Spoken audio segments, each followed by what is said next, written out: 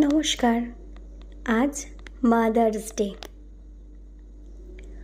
মায়ের জন্য আলাদা কোনো দিন হয় না, তবু একটু স্পেশাল ফিল করানোর জন্য আবার অনেক দিন পর লিখে ফেললাম।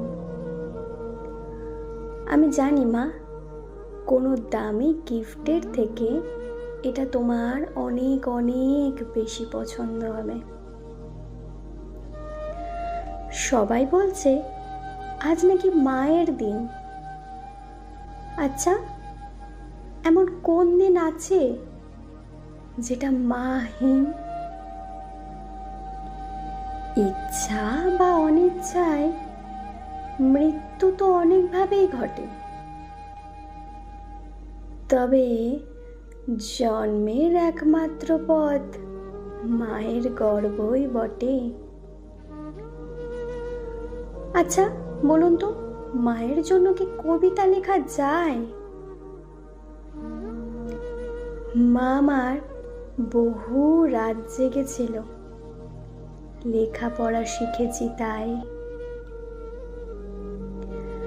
দুনিয়ার কোনো সম্পর্ক ছোট বড় হয় না, তবে মায়ের মতো যত্নশীল আর কাউকে পায় না।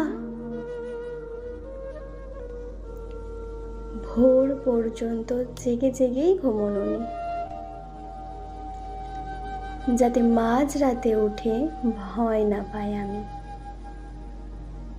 আমি কষ্ট পেলে বুকে জড়িয়ে কান্না থামাতে পারি, কিন্তু অদ্ভুতভাবে ওনার চোখের জল আমার কপাল বেয়ে পড়ে। কলমে পূর্বাশা, কণ্ঠে পূর্বাশা।